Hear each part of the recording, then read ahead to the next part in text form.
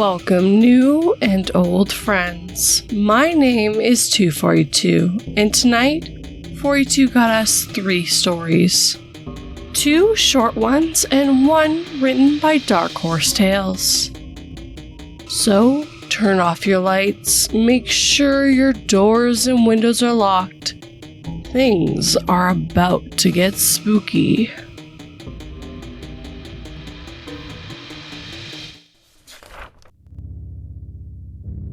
Give a man a fish and feed him for a day.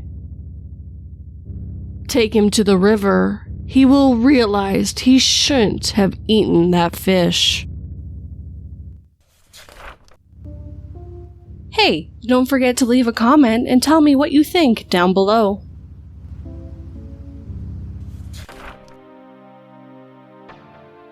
Cheryl's always trying to prove that looks don't matter. By Short Story 1. Cheryl doesn't care about looks, and she's always trying to prove to people about how much she doesn't care when it comes to her boyfriends. Her first boyfriend, Taylor, was her first love, and she wanted to prove to Taylor's family and friends about how his looks didn't matter to her. So Cheryl shot Tyler in the face and completely disfigured him for life. Cheryl and Tyler still went out with each other for years, and everyone was completely overtaken by how Cheryl kept on dating Taylor even though he looked nothing like he once did. So, Cheryl proved to people that she doesn't care about looks when it comes to her lovers, but she wanted to prove it again. So, she dumped Tyler and went out with another guy called John, and they got along so well. John was a builder, and Cheryl loved John so much, she wanted to prove to John's family and friends about how his looks meant nothing to her. Even John supported Cheryl on her quest to prove to people about how looks are not important. Cheryl got a knife out and permanently stabbed up John's face, completely changing it forever. She went out with John for years on end, proving to everyone once again that looks don't matter to her. Not only that, but she has now been in a relationship with 2 guys with questionable faces. As time went on, Cheryl wanted to prove for a 3rd time how she didn't care about looks when it came to her lovers. So, she dumped John and started going out with me. She wanted to prove to my family and friends how my looks mean nothing to her, and that she decided to go out with me based on my personality. She poured acid on my face, which permanently destroyed it, and has been with me ever since. She has proven to everyone for a 3rd time how looks don't matter to her. Recently, though, she wants to prove again how looks don't matter to her when deciding potential relationships. I guess we're going to break up.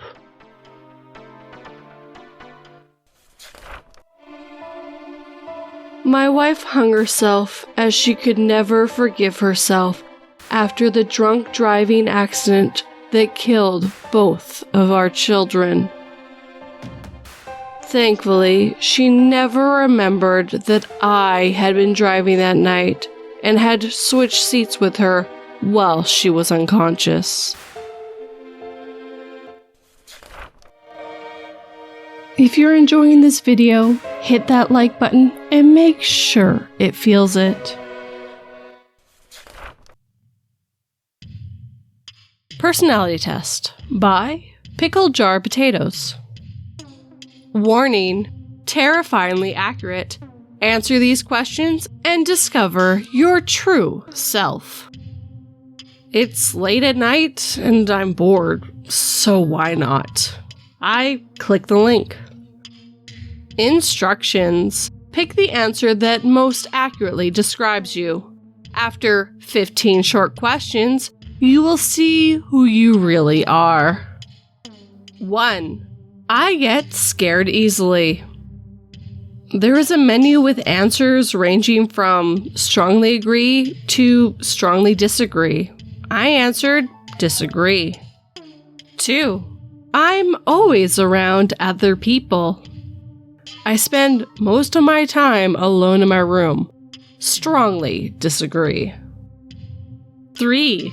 I pay attention to my surroundings.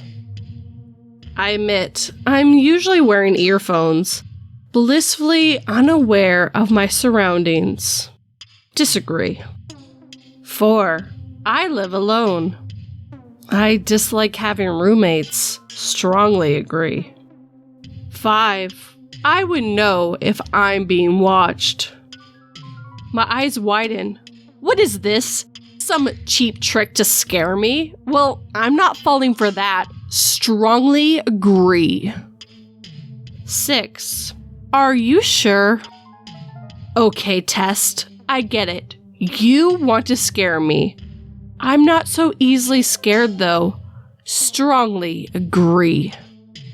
7. I worry a lot. Not really. Disagree. 8. I have a hyperactive imagination. Only somewhat. Agree. 9. I trust people easily. I like to give people the benefit of the doubt. Strongly agree. 10. I trust the person standing behind me. My eyes widen and I quickly turn around and check. There is nothing but an empty doorway. Is this another cheap tactic to scare me? Strongly disagree. 11. I'm good at running. Strongly disagree. 12. I have experience fighting. Strongly disagree. What is this test trying to imply here? 13. I love meeting strangers. Not particularly. I prefer being alone most of the time. Disagree. 14. I'm alone in my house right now. I don't have anyone visiting and I live alone. Strongly agree. 15. Are you certain? I answered that I strongly agreed, then clicked a box labeled Submit Answers. Please wait while we process your results. I'm disappointed in this test. I guess it might make for a nice gag link to send to my friends. Maybe I'll get a few crude scares in. Right from the start, I knew that the questions were trying to imply that there was some spooky, scary thing in my room. Oh well, let's see my results. Loading, 10%. Loading, 64%. Loading, 99%. Loading, done. Check the link below to view your test results. I clicked the link leading to the test results, expecting to see some generic personality profile. Instead, I see a picture of myself sitting at my computer answering question 10. Shocked, I examine the picture closely. Then the realization hits me. Based on the camera angle, this picture was taken from the doorway just behind me.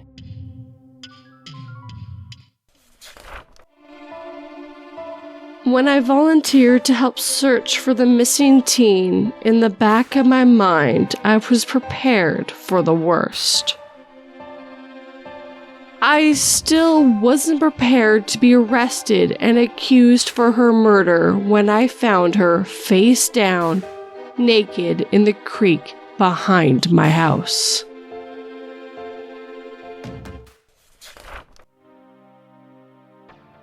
Art to Die For by Dark Horse Tales. Change is not always fun, but it may be necessary. See, I'm a transfer student from Omega High, one of the top schools in the state. I had to switch my schools because I was one of the most well-rounded, gifted students, you see. I had a good hand at painting. My parents put me in a class a long time ago. I didn't want to go to the painting class at first, but then it really grew on me. I found out that this was an activity that I could pursue in my spare time, and I loved it. It gave me freedom and helped me to express myself. Painting made me feel fresh and renewed. But I will be the first one to tell you that it was frustrating at times to get the right details. Still, when I got it just right, I would get this significant rush of dopamine. It was like I took a hit of fentanyl. Soon after I joined the class, I would enter into many painting contests. I didn't enter into these contests because I was the competitive type. Rather, because I wanted to connect with the larger artist community in my local area and in my state. See, one of the things I like about painting was it allowed me to open up and connect with the world in a more intimate manner.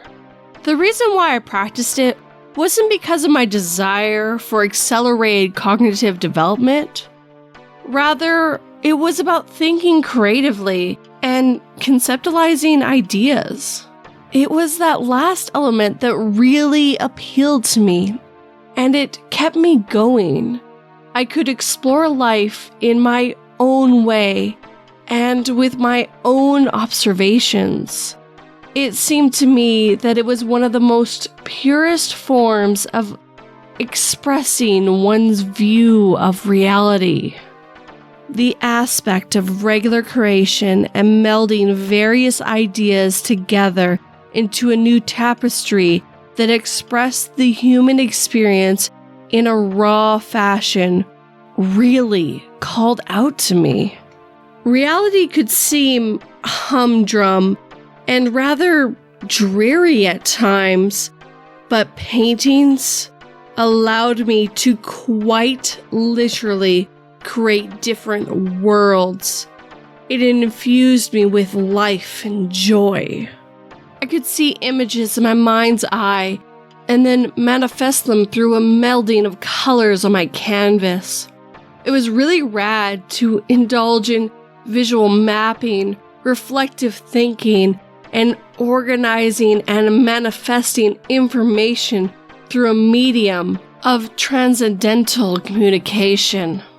Of course, it helped that I was able to win many of the contests that I entered into as well. But I was perplexed. Yes, my heart was deeply vexed due to the quality of work that I found in one of these local painters. He was a teacher, someone that went by the name Mr. Vortex. Indeed, you see, Mr. Vortex was one of the most gifted artists in the state and had some of his works displayed all across the USA. Mr. Vortex was no amateur. He had his work presented in renowned galleries in the Soho district of NYC and in high society galleries in San Francisco and Paris. Yes, Mr. Vortex was a pretty big deal. He called our humble and idyllic town in Vermont home. He said that he loved to work out of our town because he was surrounded by nature. The beautiful deciduous and coniferous trees, the fresh air, and the low pollution really did wonders for his mind. Indeed, it was something having him in my presence. I was in awe and listened to every word he said. I had just recently graduated to his class. He was very selective sort of fellow. He would only accept certain pupils, and he had deigned to accept me and a few others to learn under his tutelage. One day, for class, he said we would need a certain type of brushes, which I did not have. So, after school that day, I went over to our local art store to see if they had it. To my great dismay, they did not. Alas, my heart was torn asunder. I needed this particular type of paintbrush to stay within Mr. Vortex's class and learn from a true artiste such as he.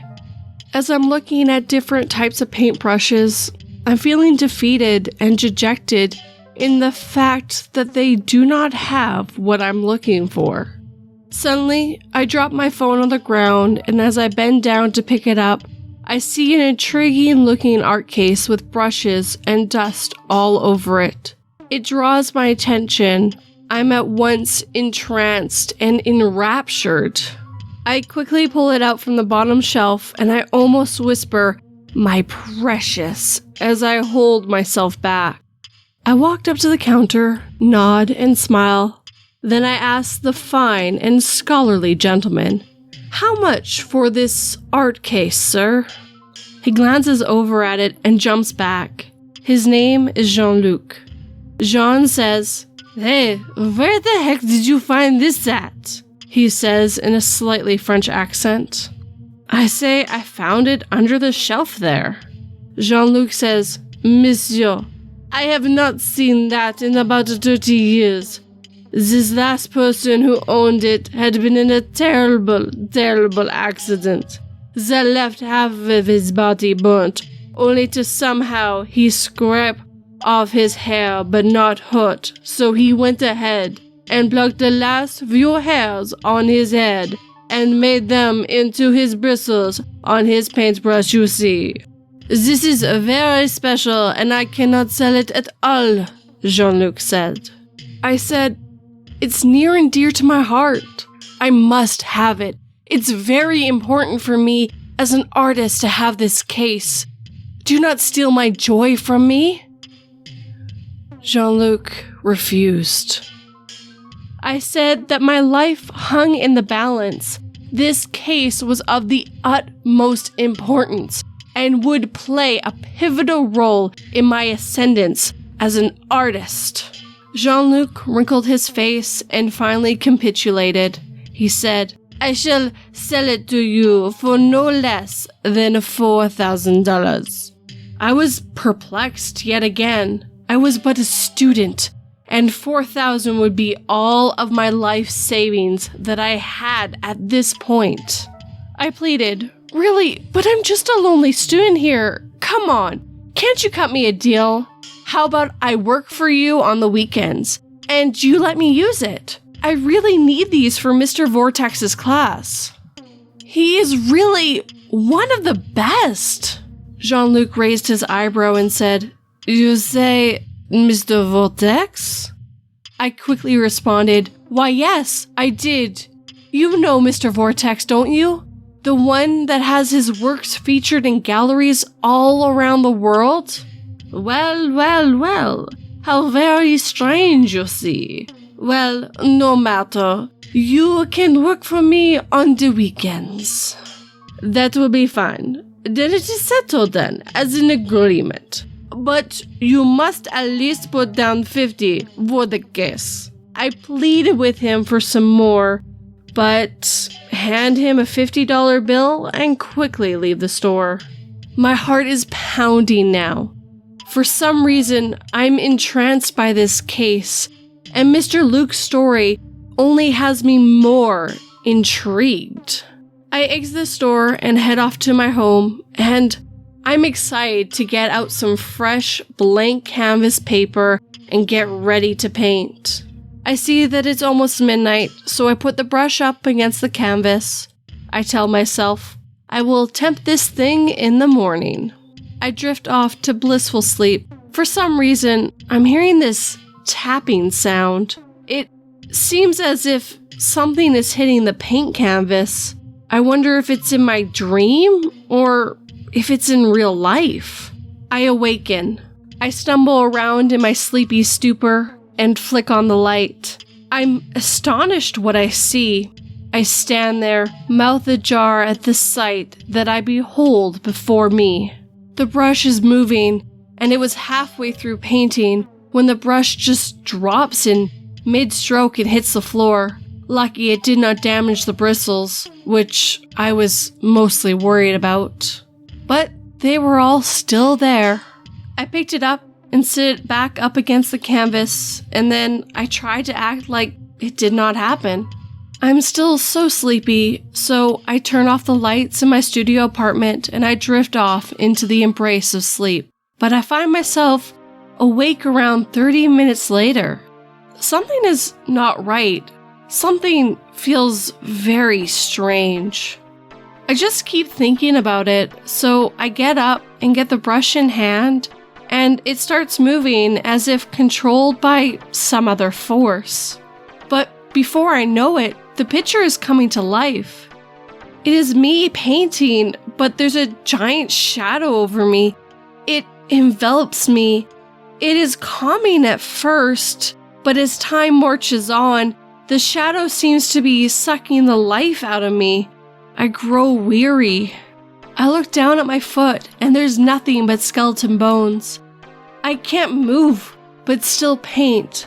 Then I see my hand withering away before my eyes. All I could think about was the words of Jean-Luc, and the fire, and the man with the bristles made of his own strands of hair. What was next is my skull, I think. Oh, heck no. So I think of the only thing I can do. I grab the painting and try to punch through it, but the shadow stops me and whispers, "Not so fast, young one. Your time is over. It is my time now. If you find any strange paint set, please get it and set me free from this shadow realm that I have been ensconced in."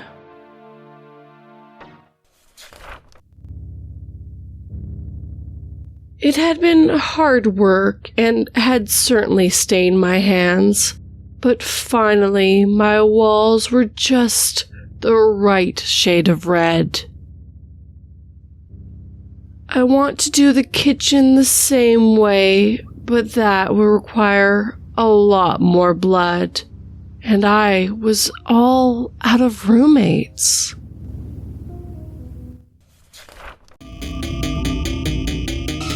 I do hope you enjoyed these tales. Tell me what you think down below, or wait for the Sunday word to help you put that together. If you enjoyed this video, hit that like button and make sure it feels it. If you're new, subscribe and turn that pretty bell to all notifications. I wanted to mention that I have revamped my merch, and I recommend checking it out if you're interested in any of my pretty little avatars. And now we'll go on to the Sunday word. Last week's word was inappropriate, and we're going to go in reverse order. PA Nightmares wrote, "They told me it was inappropriate to skin humans alive. Well, I say it's inappropriate to not use every piece of the animal you hunt. Waste not, want not, my mama always told me." Next is King of Canadian Hill. I didn't see that twist coming. I'll see myself out. That was very inappropriate. Great work, 42 and JTB 685. Last but never least, As the Raven Dreams wrote, "I was going to make a comment, but it was a bit inappropriate, so I chose not to." Thank you everyone who wrote me a comment with the Sunday word. Our Sunday word this week is represent, spelled REPRESENT. It means be entitled or appointed to act or speak for someone, especially in an official capacity. So if you're on YouTube, leave me a comment using this word. And if you're at the podcast, go to my Twitter, make sure you @ me with the sentence that you make. and all comments will go into next Sunday's video. But as always, thank you for watching and listening, and I can't wait to see you next Friday and Saturday. Sleep tight and don't let 42 bite.